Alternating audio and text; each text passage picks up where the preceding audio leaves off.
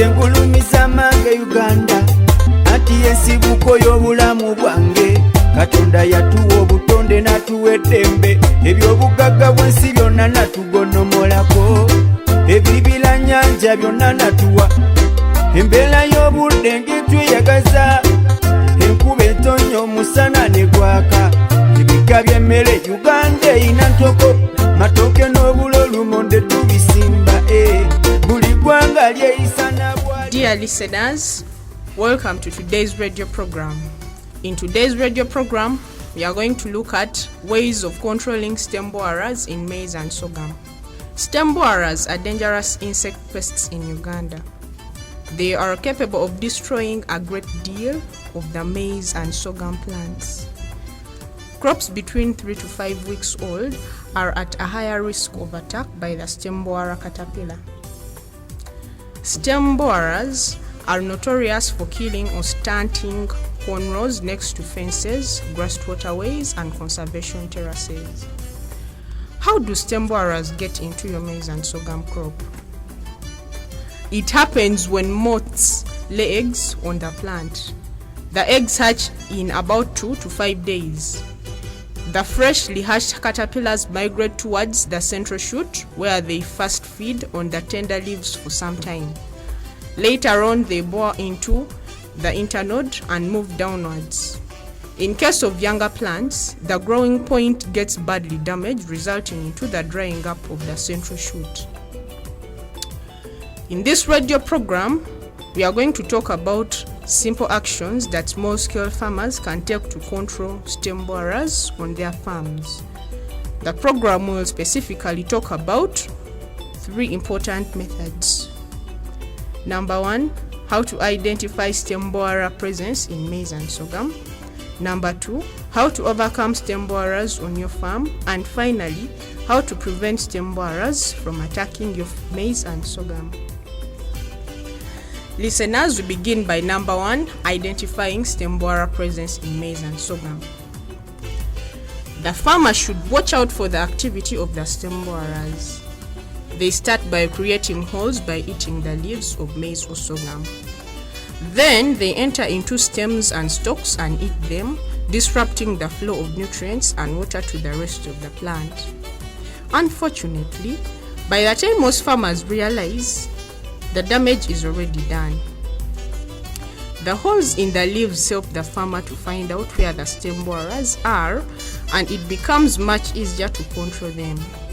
For example, some farmers notice that maize stemborers often begin by eating the male flowers, that is, the bundle of threads, on the maize or sorghum. So, after pollination, they pull out the male flowers and burn or bury them to kill the stemborers. Listeners, we move on to the second part, the ways of overcoming stemborers on your farm. The best time to control stemborers is while they are still chewing the leaves. If you don't control them then, before they enter the plant stems, the stems will break in the wind and the plants will wither and die. If you realize that the stemborers have bored into the stems of your crops, slit the stem and remove or kill the borer. Then pile the soil around the stem until it covers the hole in the stem and the next section of leaves if possible. New roots will grow higher up on the stem and will support the weakened stem better. You can spray to control stem borers, but it is important to spray while they are still outside the stems of your crops. Once they get inside the stems, spraying will not be very effective. Neem seed spray is one of the homemade pesticides you can use to control stem borers before they enter the stems. Collect seeds from ripe neem fruit. Dry and clean the seeds well. You will need to crush or grind 1 big bundle handful of seeds into a coarse powder for every liter of spray you prepare. Mix this powder with water and stir the mixture well. Leave it covered overnight. The next day, filter the mixture through a fine cloth and apply the spray using a sprayer, a watering can, or a small broom. Start looking for signs of damage when plants are 2 to 4 weeks old, depending on the area. If you find damaged holes in the leaves, use systemic pesticides. Those are absorbed into the tissue of plants to destroy the stem borers. Some of the pesticides farmers can use are Thiodan, Dipteryx, Bulldog, Ambush. I repeat, if you have a pen, you can write them down: Thiodan, Dipteryx, Bulldog, and Ambush. Farmers should remember to always ensure that they wear gloves or plastic bags on their hands when they are applying these chemicals. Next, dear listeners, we move on to our next point. That is point number 3, preventing stem borers from attacking your maize or sorghum.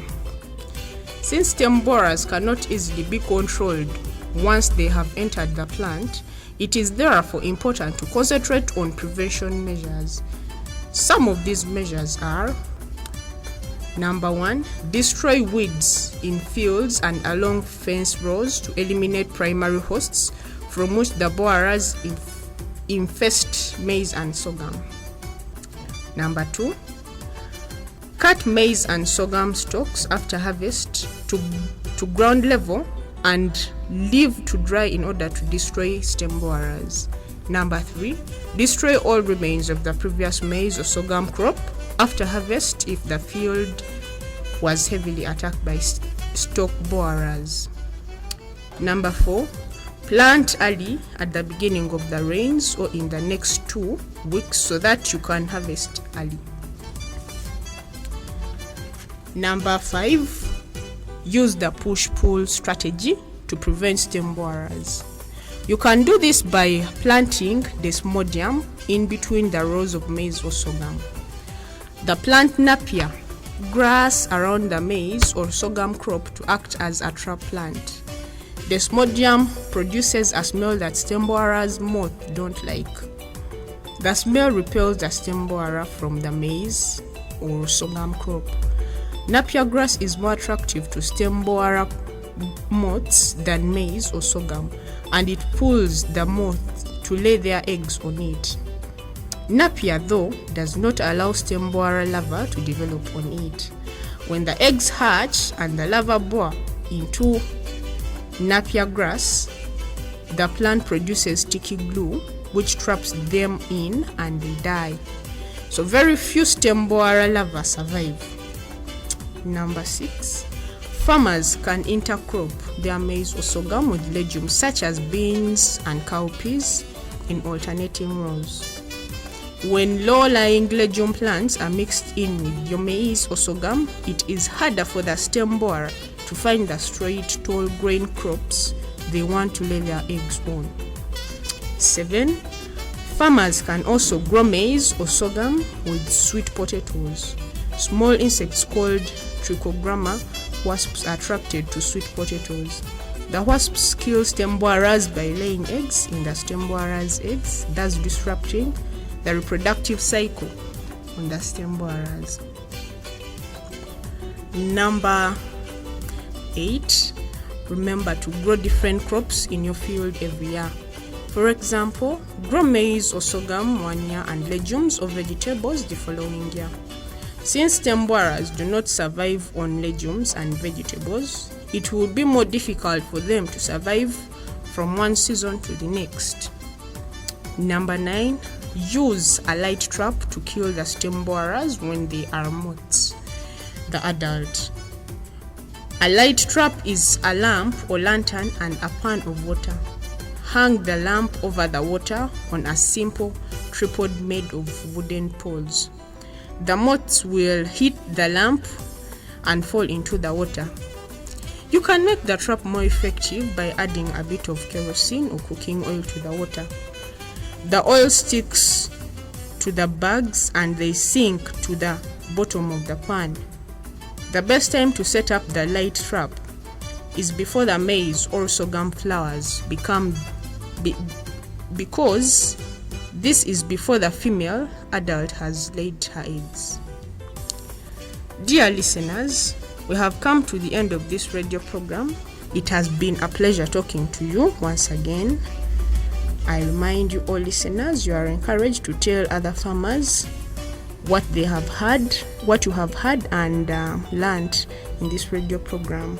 This radio program has been brought to you by the Rural Empowerment Network, REN, with financial assistance from the Technical Center for Agriculture and Rural Cooperation, CTA. Buli omu n'ensibuko y'ensi ye n'atusengeka.